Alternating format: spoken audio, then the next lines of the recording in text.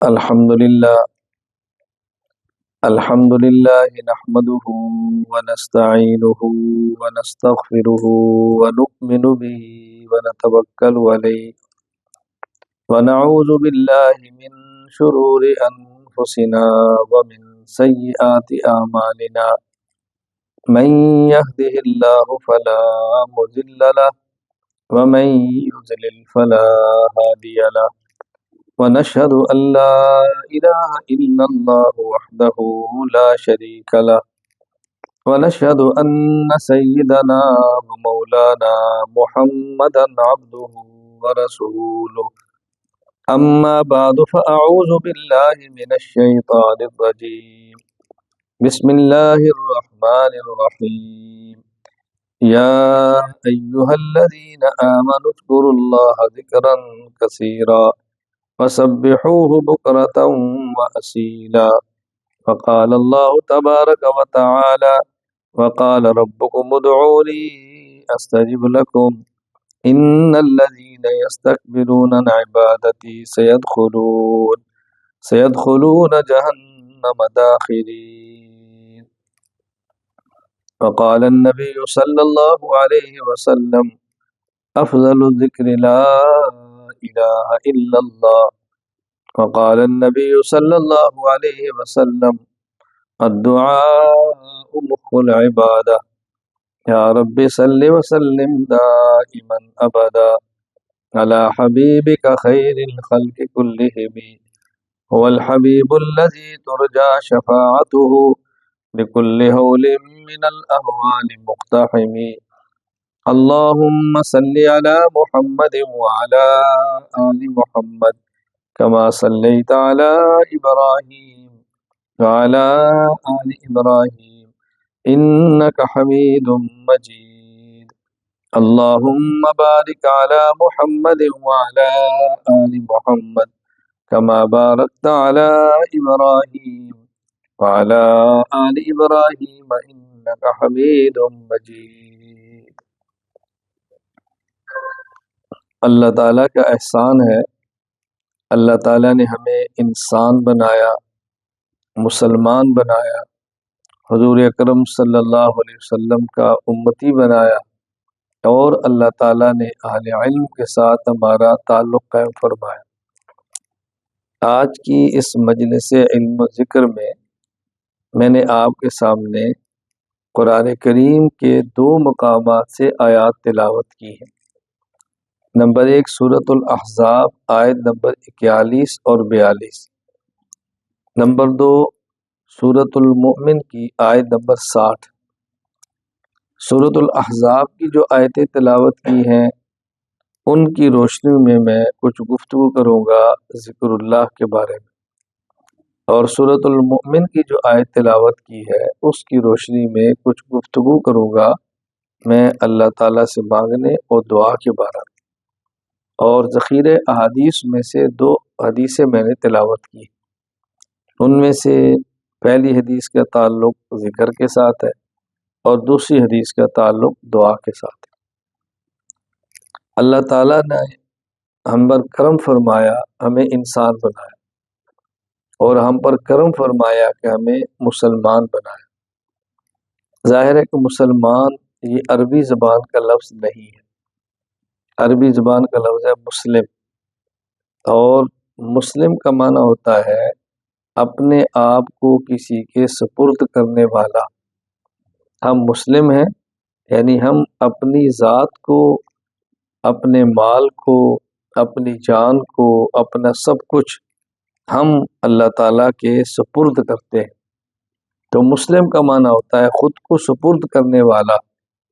قرآن کریم میں حضرت ابراہیم علیہ السلام کا تذکرہ اللہ تعالیٰ نے بار بار فرمایا ہے۔ حضرت ابراہیم علیہ السلام کے بارے میں سورۃ البقرہ میں ہے اذ قال له ربه اسلم قال اسلمت لرب العالمین۔ ابراہیم کے رب نے کہا اے ابراہیم خود کو حوالے کر دو، اسلمت لرب العالمین، میں رب العالمین کے خود کو سپرد کرتا ہوں۔ جب ہم مسلم ہیں اور مسلمان ہیں، ہم نے اپنا سب کچھ اللہ کے حوالے کیا ہے، تو پھر اس کا مطلب یہ ہے کہ ہم اپنے اوقات کو وہاں لگائیں جہاں اللہ چاہتے ہیں، اپنے اوقات کو ایسے لگائیں جیسے اللہ چاہتے ہیں، اپنے مال کو وہاں لگائیں جہاں اللہ چاہتے ہیں، اور اپنے مال کو اس وقت لگائیں جس وقت اللہ تعالیٰ چاہتے ہیں۔ اپنا مال اور اپنی جان، اس کو لگانا کب ہے اور کہاں لگانا ہے؟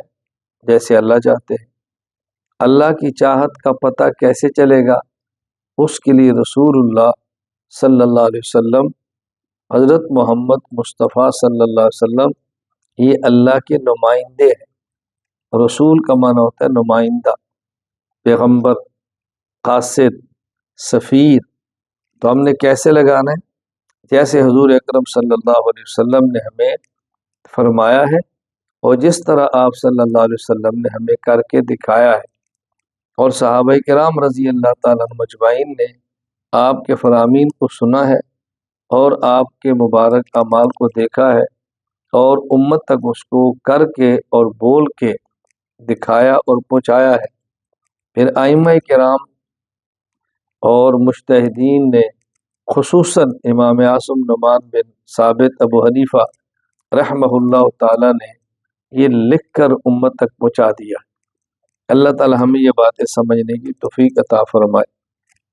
ہم مسلمان ہیں اور ہم نے سب کچھ اللہ کے حوالے کرنا ہے، اپنا مال، اپنی جان۔ اور اپنا مال، اپنی جان صحیح طرح کیسے اللہ کے حوالے کریں گے؟ اس کے لیے علم کی ضرورت ہے۔ انسان پڑھے گا تو اس کو سمجھ آئے گا کہ میرے اوپر میرے اللہ کا حق کیا ہے۔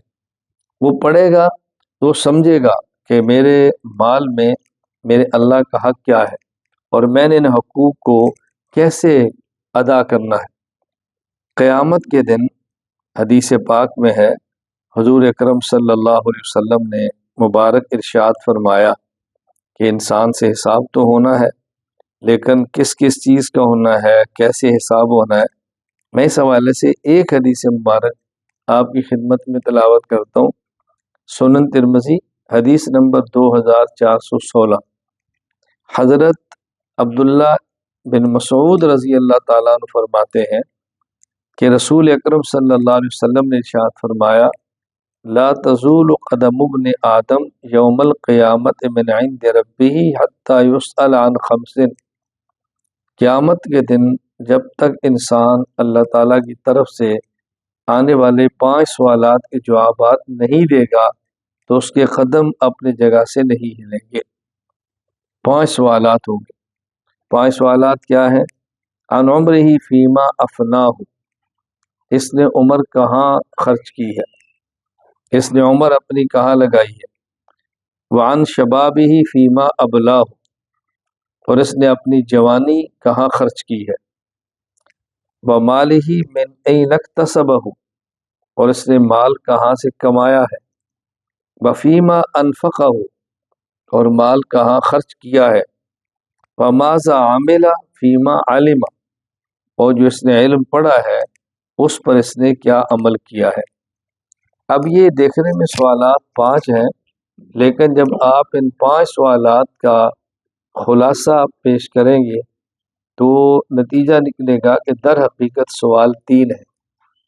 نمبر 1 سوال انسان کی جان کے بارے میں، نمبر 2 سوال انسان کے مال کے بارے میں، اور نمبر 3 سوال انسان کے علم کے بارے میں۔ ٹھیک ہے نا؟ پہلا سوال ہے اس کی عمر کے بارے میں، پھر عمر میں بطور خاص جوانی ہے، تو جوانی عمر کا حصہ ہے نا، کیونکہ ایک جوانی سے پہلے کی زندگی ہے، بلوغ کے بعد، بالغ ہونے کے بعد، لیکن شباب سے پہلے، اور ایک بڑھاپے کی ہے۔ تو انسان مکلف ہے تینوں حالتوں میں، نابالغ ہونے کے بعد، ایک اس کی زندگی صحیح جوان ہونے سے پہلے ہے، اور ایک اس کے بعد کی ہے۔ تو پہلے عموماً فرمایا کہ تم نے عمر کہاں خرچ کی ہے، اور پھر بطور خاص پوچھا جائے گا جوانی کہاں خرچ کی ہے۔ اصل جوانی ہے، فارسی کا ایک بہت معروف شعر ہے کہ در جوانی توبہ کردن شیوائے پیغمبری، بخت پیری گرگز عالم می شود پرہیزگار۔ جوانی میں اللہ کو راضی کرنا اور اللہ کی عبادت میں لگا رہنا انبیاء کا طریقہ ہے۔ بڑھاپے میں بھیڑیا جب کسی کی بکری کا شکار نہیں کر سکتا تو بھی کہتے میں پرہیزگار ہو گیا ہوں، اصل جوانی ہے۔ اس لیے بطور خاص جوانی کے بارے میں پوچھا جائے گا۔ قرآن کریم کی آخری صورت میں اللہ تعالیٰ نے بندے کی 3 حالتوں کا ذکر کیا ہے۔ بنیادی جوانی ہے، تو اصل سوال کیا ہے؟ تم نے جان کہاں خرچ کی ہے؟ اور مال کے بارے میں 2 سوال ہیں، کہاں سے کمایا اور کہاں خرچ کیا؟ تو اصل تو سوال مال کے بارے میں ہوا نا، ایک جان، نمبر 2 مال، اور تیسرا سوال علم ہے۔ اس لیے پوری زندگی میں ہم نے اس بات کا خیال کرنا ہے ہم اپنی جان کہاں لگا رہے ہیں، اپنا مال کہاں لگا رہے ہیں، اور کیا پڑھ رہے ہیں، کس سے پڑھ رہے ہیں، جو پڑھتے ہیں اس پر کیا عمل کر رہے ہیں۔ ان سب باتوں کو ذہن میں رکھنا ضروری ہے۔ میں جو باتیں کہہ رہا ہوں اس کو توجہ سے سمجھیں، کیا پڑھ رہے ہیں، کس سے پڑھ رہے ہیں، اور اس پر کیا عمل کر رہے ہیں۔ یہ دیکھنا ضروری ہے کہ میں کیا پڑھتا ہوں، اور یہ دیکھنا ضروری ہے کہ میں کس سے پڑھتا ہوں، اور پھر دیکھنا ہے کہ جو پڑھا ہے اس پر کتنا عمل کرتا ہوں۔ یہ بات میری ذہن نشین فرما لے، نہ تو ہر چیز کو پڑھنا ہے اور نہ ہی ہر کسی سے پڑھنا ہے، اور جو پڑھا ہے اس پر پھر عمل کرنا ہے۔ ہر چیز کو نہیں پڑھنا، مفید ہے تب بھی پڑھے، نقصان دہ ہے تب بھی پڑھے۔ صرف معلومات میں اضافہ کرنا یہ کمال نہیں ہے۔ یہ دیکھنا چاہیے کہ میرے مناسب کون سی چیز ہے، مجھے کون سی چیز پڑھنی ہے اور کون سی نہیں پڑھنی۔ اور ہر کسی سے پڑھنا یہ بھی کوئی عقل مندی کی بات نہیں ہے۔ عام طور پہ ایک بات لوگ کہہ دیتے ہیں کہ انظر ما قال ولا تنظر الی من قال، یہ دیکھو کیا کہتا ہے، یہ نہ دیکھو کہنے والا کون ہے۔ یہ دیکھو کیا کہتا ہے عام طور پہ کہا جاتا ہے، ہم کہتے ہیں نا یہ دیکھو کہنے والا کون ہے، پہلے یہ دیکھو۔ بس اوقات کہنے والا ایسی بات کہتا ہے کہ جو بظاہر بہت اچھی ہے، لیکن اس کے اندر جو ایک انجام بد ہوتا ہے، زہر ہوتا ہے، ہم اس کو عام بندہ دیکھ نہیں سکتا۔ دنیا میں کتنے لوگ ہیں جو کہتے ہیں جی ہم اہل قرآن ہیں اور ہم قرآن کی بات کرتے ہیں، بظاہر کتنا اچھا لگ رہا ہے کہ قرآن کی بات کر رہے ہیں، اور اس کی آڑ میں احادیث کا انکار کر دیں گے۔ تو ایسا قرآن جو حدیث کا انکار کرے وہ کون سا قرآن ہے؟ قرآن کریم تو کہتے ہیں انزلنا الیک ذکر لتبین للناس ما نزل الیہم، اللہ نے قرآن پیغمبر پہ نازل کیا ہے تاکہ ان کو قرآن سمجھائے، اور وہ جو اللہ کے رسول صلی اللہ علیہ وسلم نے قرآن سمجھایا وہ حدیث ہے۔ کون سا اہل قرآن ہوگا کہ جو حدیث کا انکار کر دے؟ اسی طرح بعض لوگ کہتے تھے ہم اہل حدیث ہیں، اہل حدیث ہیں لہٰذا ہم فقہ کو نہیں مانتے۔ وہ کون سی حدیث ہے جو فقہ کا انکار کر دے؟ اب بظاہر لفظ کتنے اچھے ہیں، بظاہر لفظ کتنے اچھے ہیں، کئی کہہ دیں گے کہ جی ہم اہل بیت ہیں۔ اہل بیت کا معنی کیا؟ ہم اہل بیت کے محبین ہیں، ہم محبین ہیں اہل بیت۔ کیا معنی؟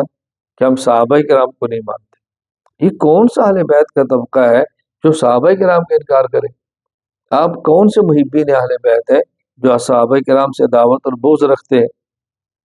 اس لیے بات کو سمجھیں، قرآن بھی پڑھنا ہے، احادیث بھی پڑھنی ہے، فقہ کو بھی پڑھنا ہے، عقائد کو بھی پڑھنا ہے، صحابہ کرام بھی ہمارا ایمان ہے، اہل بیت بھی ہمارا ایمان ہے رضی اللہ تعالیٰ عنہم اجمعین۔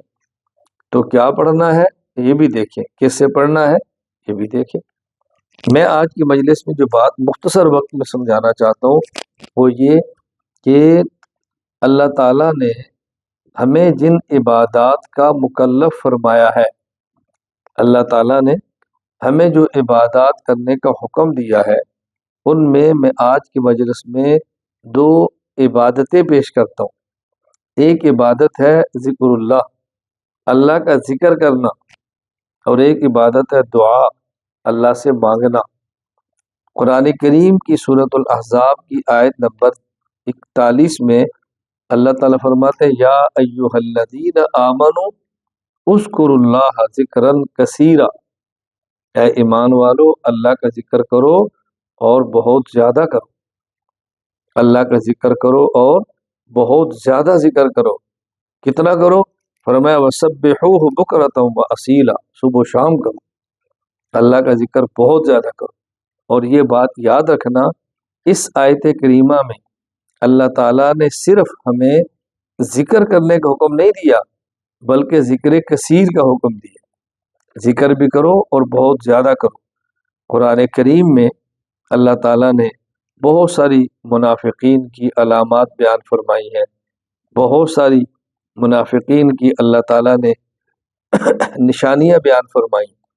منافقین کی نشانیوں میں سے اللہ تعالیٰ نے ایک نشانی یہ بیان فرمائی ہے کہ منافق لا یذکرون اللہ الا قلیلا، اللہ کا ذکر کرتے ہیں لیکن منافق اللہ کا ذکر تھوڑا کرتے ہیں۔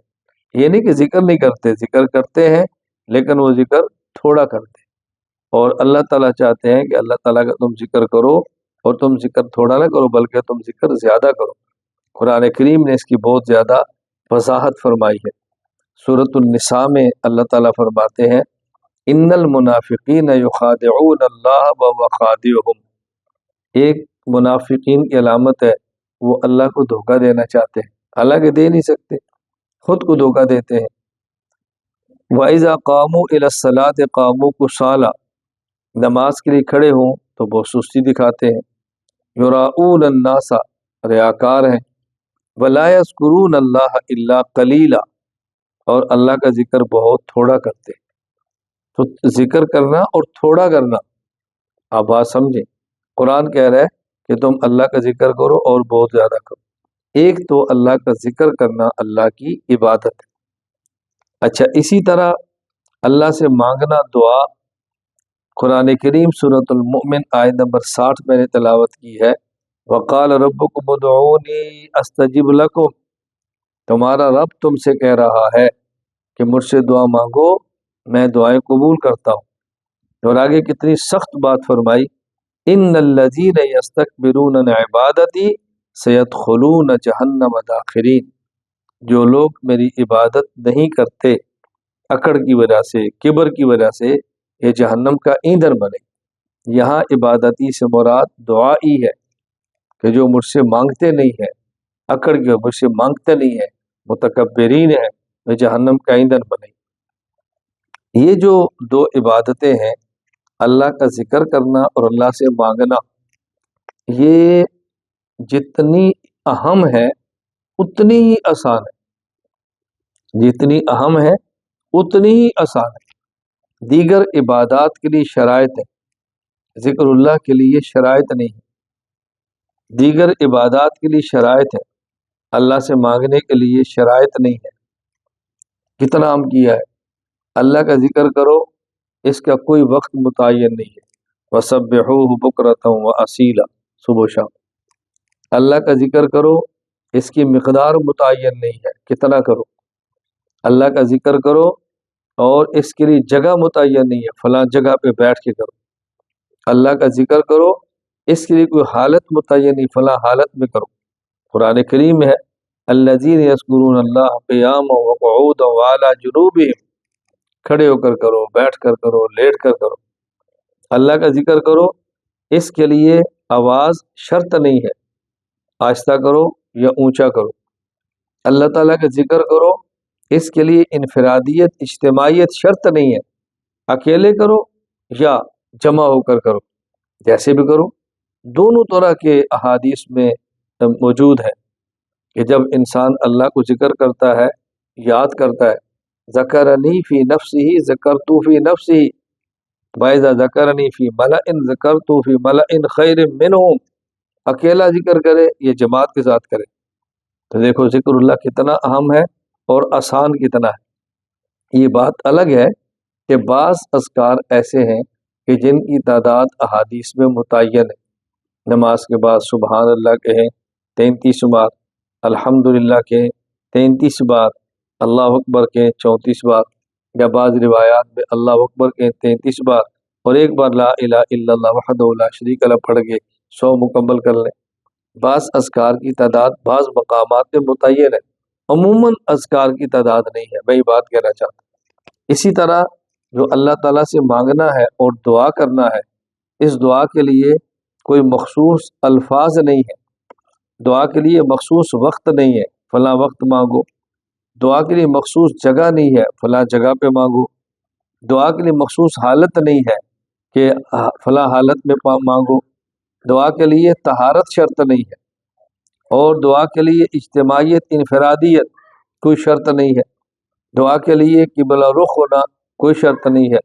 تو اللہ کا ذکر اور اللہ سے مانگنا یہ دو عبادت ایسی ہیں کہ جن کے لیے نہ طہارت پاک ہونا شرط ہے، نہ قبلہ رخ ہونا شرط ہے، نہ مسجد یا گھر میں بیٹھنا شرط ہے، نہ اکیلا اور نہ جمع ہونا اجتماعیت شرط ہے، نہ آہستہ نہ اونچی آواز شرط ہے، نہ اس کے لیے کوئی خاص تعداد شرط ہے، نہ اس کے لیے کوئی خاص الفاظ شرط ہے، نہ خاص الفاظ شرط ہے۔ میں اس سے بڑھ کر کہتا ہوں نہ ہی کوئی خاص زبان شرط ہے کہ آپ فلاں زبان میں یاد کرو، یہ بھی کوئی نہیں۔ آپ اپنی زبان میں اللہ سے مانگو، آپ اپنی زبان میں اللہ کو یاد کرو، جس طرح چاہو یاد کرو۔ ہاں بعض مقامات ایسے ہیں کہ بعض الفاظ متعین، اور بعض جگہ ایسی ہوتی ہیں کہ جہاں پر اگر یہ تشبہ ہو اور مشابہت ہو کہ اس طرح ذکر فلاں طبقہ کرتا ہے تو پھر اس طرح نہیں کرنا چاہیے۔ من تشبہ بقوم فہو منہم، جو کسی قوم کی مشابہت اختیار کرتا ہے وہ قیامت کے دن ان میں شمار ہوگا، اس طرح بچنا چاہیے۔ بعض دعائیں بعض خاص مقامات پر بعض مخصوص طبقات کرتے ہیں جو اہل حق نہیں ہوتے، اس موقع پر اس طرح دعا نہیں مانگنی چاہیے تاکہ اجتناب ہو جائے۔ یہ بات اچھی طرح ذہن نشین فرما لیں، اچھی طرح ذہن نشین فرما لیں۔ میں جو کہتا ہوں نا بعض طبقات بعض مخصوص ذکر مخصوص حالت میں کرتے ہیں، بعض مخصوص طبقات مخصوص دعائیں مخصوص اوقات میں مخصوص لفظوں میں کرتے ہیں، اس سے بچنا چاہیے۔ اس سے مطلب کیا ہے؟ ہمارا ایک لفظ استعمال ہوتا ہے عربی میں شعار، اور عام طور پہ انگلش میں کہتے ہیں سمبل، یعنی بعض لوگ ایسے ہیں کہ جو بعض اذکار کو یا بعض مخصوص حالتوں کو مخصوص سٹائل کو وہ ایک بطور شعار اور علامت کے بنا لیتے ہیں کہ جس کو دیکھنے سے پتہ چلتا ہے یہ فلاں طبقہ ہے۔ پگڑی رسول اکرم صلی اللہ علیہ وسلم کی مبارک سنت ہے، مسلمان کو باندھنی چاہیے۔ پگڑی سکھ باندھتے ہیں، لیکن سکھوں کا پگڑی باندھنے کا ایک مخصوص سٹائل ہے، اس سٹائل کو آپ باندھیں گے تو فرق کرنا مشکل ہوگا کہ مسلمان ہے یا مسلمان نہیں ہے، مشکل ہو جائے۔ بعض سٹائل ہوتے ہیں۔ اسی طرح ہم دعا مانگتے ہیں، لیکن دعا کو مانگنا اور جنازے کے بعد مانگنا، اجتماعیت کے ساتھ مانگنا، پھر اس کو ضروری سمجھنا، یہ اہل بدعت کا شعار ہے۔ اللہ کا ذکر کریں جب چاہیں، لیکن فرض کے بعد کرنا، 3 مرتبہ کرنا، جہر کرنا اور ضروری سمجھنا، نہ کرنے والے کو بری نگاہ سے دیکھنا، یہ اہل بدعت کا شعار ہے۔ اب اس سے اجتناب کرنا چاہیے۔ یہ میں عرض کر رہا ہوں کہ ان باتوں کو آپ نے ذہن میں رکھنا ہے۔ میں کبھی ایک بات عرض کیا کرتا ہوں کہ ایسا فقیہ نہیں بننا جس میں تصوف نہ ہو، اور ایسا صوفی نہیں بننا جس میں فقاہت نہ ہو، ایسا علم نہیں ہونا چاہیے جس میں ذکر اللہ نہ ہو، اور ایسا ذکر نہیں ہونا چاہیے کہ جس میں علم نہ ہو۔ اگر صرف علم ہوگا بغیر ذکر کے یہ الحاد کی طرف لے جائے گا، اور صرف ذکر ہوگا بغیر علم کے تو یہ بدعات کی طرف لے جائے گا۔ الحمدللہ ہمارے یہاں خانقاہ حنفیہ کا یہ اعزاز ہے کہ ہم علم کے ساتھ ذکر اور ذکر کے ساتھ علم، تفقہ کے ساتھ تصوف اور تصوف کے ساتھ تفقہ، ان کو لے کر چلتے ہیں۔ اس لیے میں نے کئی بار کہا ہے، آج بھی جو میری گفتگو سن رہے ہیں حضرات یا خواتین، مرد یا عورت، بھائی یا بہنیں، بیٹے یا بیٹیاں، ہمارے بزرگ یا معمر، ہماری مائیں بڑی عمر کی، وہ اس میری بات کو توجہ سے سنیں اور نیت کریں اور اللہ سے مانگیں کہ ہم نے دنیا بھر میں انشاءاللہ ایسے مراکز قائم کرنے ہیں جو عقائد کے لیے درسگاہ ہوں، مسائل کے لیے دارالافتاء ہوں، اور تزکیہ کے لیے خانقاہ ہوں، یعنی وہاں علم بھی ہو وہاں ذکر بھی ہو، یہ سب چیزیں وہاں پہ موجود ہوں۔ ہم کوشش کریں گے تو اللہ تعالیٰ ضرور عطا فرمائے۔ میں آج کی مجلس میں دو باتیں سمجھا رہا ہوں بار بار. نمبر ایک اللہ کا ذکر، اور نمبر دو اللہ سے مانگنا. اور ذکر کے لیے میں نے حدیث پڑھی ہے، افضل ذکر لا الہ الا اللہ. یہ کیوں حدیث پاک پڑھی ہے؟ حضور اکرم صلی اللہ علیہ وسلم نے صحابہ کرام رضی اللہ عنہم مجمعین کو ارشاد فرمایا، جددو ایمانکم، اپنے ایمان کو تازہ کرتے رہنا، اپنے ایمان کو تازہ کرتے رہنا. جددو یہ امر کا صیغہ ہے، اور امر میں حال بھی ہوتا ہے اور عمل میں استقبال بھی ہوتا ہے. امر میں یہ بھی ہوتا ہے سبق پڑھو، حال ہے، اور امر میں یہ بھی ہوتا ہے سبق پڑھنا، کل استقبال بھی ہوتا ہے. دونوں چیزیں ہوتی ہیں. میں نے اس لیے جددو ایمانکم کا ترجمہ کیا ہے اپنے ایمان کو تازہ کرتے رہنا. آج تو تمہارا ایمان تر و تازہ ہے میری مجلس، رسول اللہ صلی اللہ علیہ وسلم کی صحبت، میری وجہ سے. جب میں نہیں ہوں گا تو پھر ایمان پھر بھی تازہ کرتے رہنا. اللہ کے نبی آج آپ کی مجلس میں آتے ہیں، ایمان تازہ ہو جاتا ہے. آپ نہیں ہوں گے تو پھر ایمان تازہ کریں تو کیسے کریں؟ تو صحابہ کرام نے پوچھا کیف نجدد ایماننا، یا رسول اللہ ہم ایمان کیسے تازہ کریں؟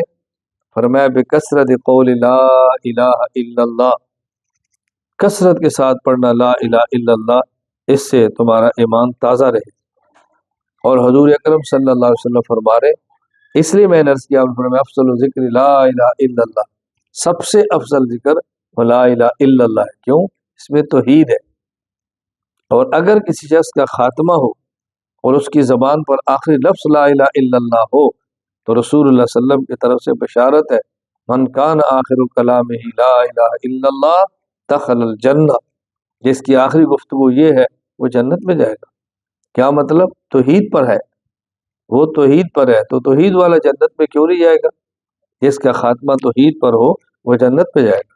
اس کے نام اعمال میں سمندر کی جھاگ کے برابر بھی گناہ ہوں، اللہ اپنے کرم سے اس کو معاف کریں گے، کسی کی شفاعت سے معاف فرما دیں گے، یا اس کے اعمال کو جو ہے جہنم میں بھیج دیں گے، پھر جنت میں بھیج دیں گے، لیکن جنت میں ضرور جائے گا.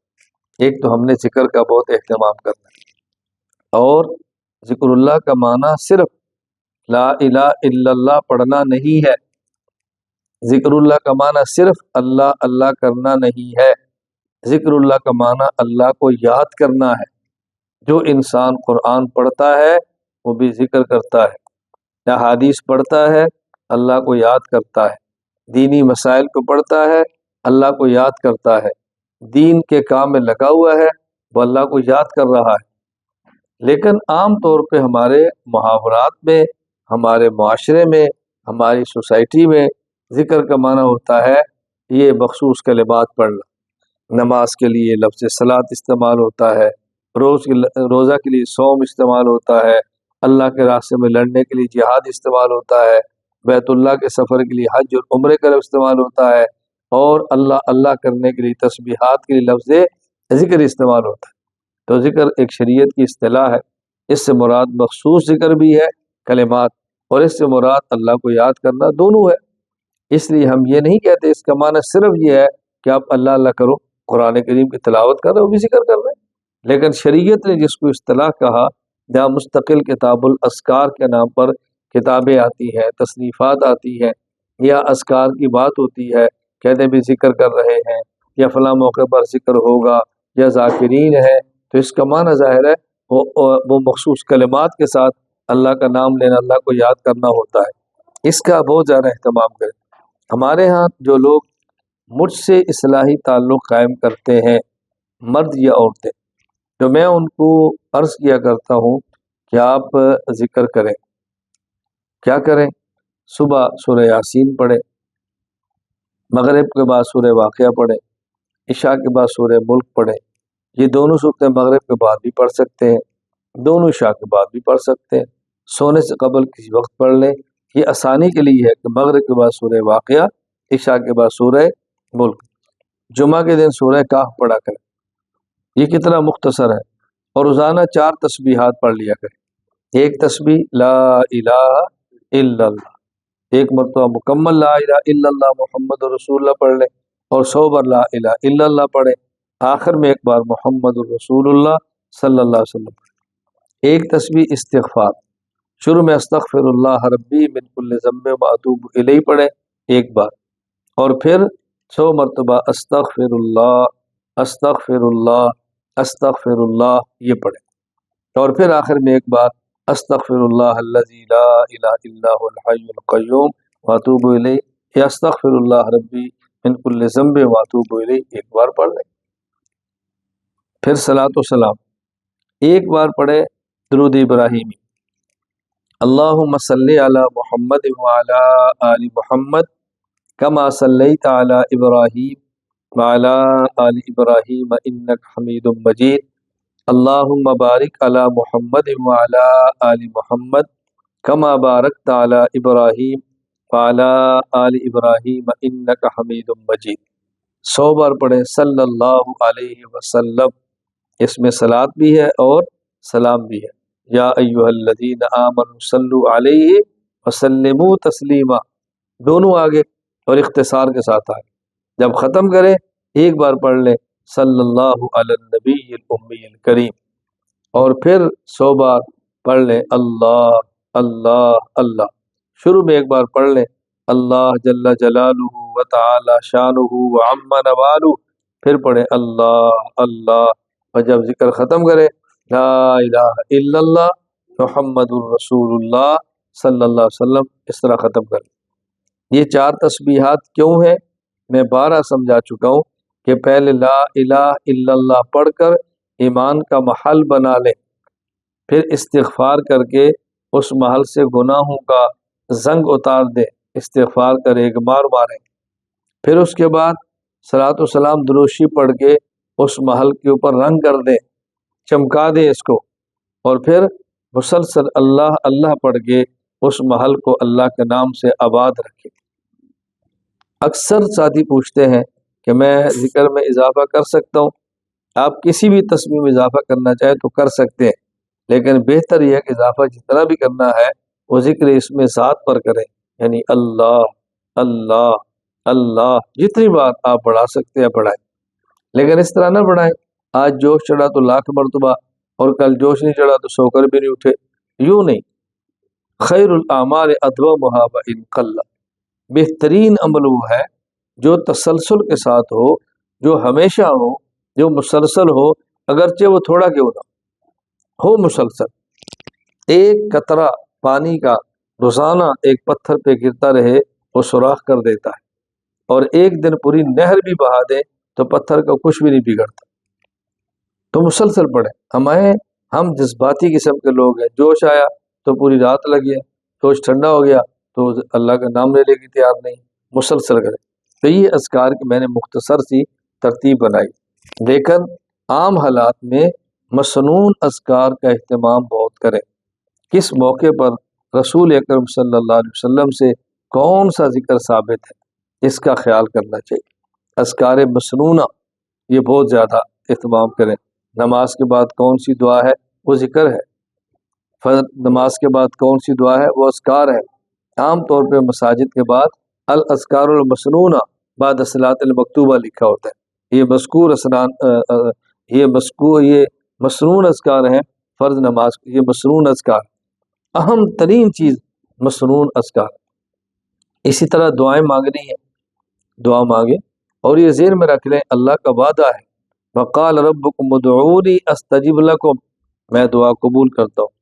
وَإِذَا سَأَلَكَ عِبَادِي عَنِّي فَإِنِّي قریب، میں تمہارے بہت قریب ہوں، مجھ سے مانگو. الدعاء مخ العبادہ، دعا عبادت کا مغز ہے. عبادت کرو، اس سے مقصود مانگنا ہے تو اللہ سے مانگا بھی کرو، بغیر مانگے نہ دوڑا کرو، دعاؤں کا اہتمام کیا کرو. اللہ تعالیٰ دعا کو ضائع نہیں کرتے. جو دعا انسان مانگتا ہے، جو چیز مانگتا ہے، بس اوقات اللہ وہی چیز عطا فرما دیتے ہیں، اور بس اوقات جو چیز مانگتا ہے وہ نہیں دیتے کہ اللہ جانتے ہیں یہ چیز اس کے لیے مفید نہیں ہے، اس کے بدلے اللہ اس کے گناہوں کو معاف فرما دیتے ہیں. اللہ تعالیٰ اس کے بدلے کوئی اور چیز عطا فرما دیتے ہیں. دعا کے اندر ذہن میں رکھ لیں، انسان کی دعا کبھی ضائع اور رائے گاہ نہیں جاتی. بس اوقات انسان جو چیز مانگتا ہے اللہ وہی عطا فرما دیتے ہیں، اور بسا اوقات جو چیز مانگتا ہے وہ اللہ جانتے اس کے لیے مفید نہیں ہوتی، وہ چیز عطا نہیں فرماتے، بلکہ کوئی ایک مصیبت اس پر آنی ہوتی ہے، اللہ یہ چیز تو نہیں دیتے، آنے والی مصیبت کو ٹال دیتے ہیں، اس سے دور کر دیتے ہیں۔ بسا اوقات جو مانگا وہ بھی نہیں ملتا، اس کے بدلے کو مصیبت بھی نہیں ٹلتی، اللہ اس کی دعا کو محفوظ فرما دیتے ہیں اور قیامت کے دن اس پر اجر عطا فرما دیتے ہیں۔ حدیث میں ہے کہ جب قیامت کے اللہ اجر عطا فرمائیں گے تو اس وقت انسان کی حسرت ہوگی، اے کاش دنیا میں جو میں نے مانگا وہ بھی نہ ملتا، کوئی مصیبت بھی نہ ٹلتی، یہ سارا اجر مجھے آج ہی مل جاتا۔ لیکن ہم کمزور ہیں، ہماری ضرورتیں ہیں، تقاضے ہیں، اس لیے اللہ تعالیٰ سے دعائیں مانگیں، اور دعاؤں میں بھی اہتمام اس بات کا کریں کہ وہ دعائیں جس موقع پر جو دعا جن الفاظ کے ساتھ رسول اللہ صلی اللہ علیہ وسلم سے ثابت ہے وہ دعائیں مانگیں۔ قرآن کریم میں بہت ساری دعائیں موجود ہیں، احادیث میں بہت ساری دعائیں موجود ہیں، تو دعوات مسنونہ کا اہتمام کریں۔ حضرت شاہ عبد الغنی پھول پوری رحمۃ اللہ علیہ یہ بہت بڑے خلیفہ تھے، حضرت حکیم الامت مولانا اشرف علی تھانوی نور اللہ مرقدہ، حضرت سے ایک مرتبہ ایک آدمی نے پوچھا کہ حضرت میں درود تاج پڑھنا چاہتا ہوں، یہ پڑھ لیا کروں؟ آپ نے فرمایا بھائی ایک درود وہ ہے جو آج کے ایک آدمی نے لکھا ہے، اور ایک درود وہ ہے جو اللہ کے نبی صلی اللہ علیہ وسلم نے خود بتایا ہے، تو بتا کون سا درود بہتر ہے؟ کہا جی وہ جو اللہ کے نبی نے دی ہے۔ فرمایا میں اس درود کی بات کروں جو ہمارے نبی نے دی ہے، تو اس کی بات کرتا ہے جو آج کسی نے لکھا ہے۔ تو ہم منع تو نہیں کرتے، آج بھی کوئی لکھنا چاہے تو لکھے، لیکن بہترین کلمات وہ ہیں جو رسول اکرم صلی اللہ علیہ وسلم کی مبارک زبان سے نکلیں۔ اللہ تعالیٰ مجھے اور آپ سب کو اللہ کا ذکر اور کثرت کے ساتھ کرنے کی توفیق عطا فرمائے۔ اللہ تعالیٰ ہمیں اپنی ذات سے وابستہ رکھے اور اپنے دربار کا محتاج بنا کے رکھے، اپنے دربار کا فقیر بنا کے رکھے، اپنے دربار کا بیکاری بنا کے رکھے، اور اللہ تعالیٰ ہمیں اللہ تعالیٰ سے مانگنے کی خوب توفیق عطا فرمائے۔ اللہ تعالیٰ سے مانگنے کی خوب توفیق عطا فرمائے۔ اللہ تعالیٰ مجھے بھی توفیق عطا فرمائے، اور اللہ تعالیٰ اس کی آپ کو بھی توفیق عطا فرمائے۔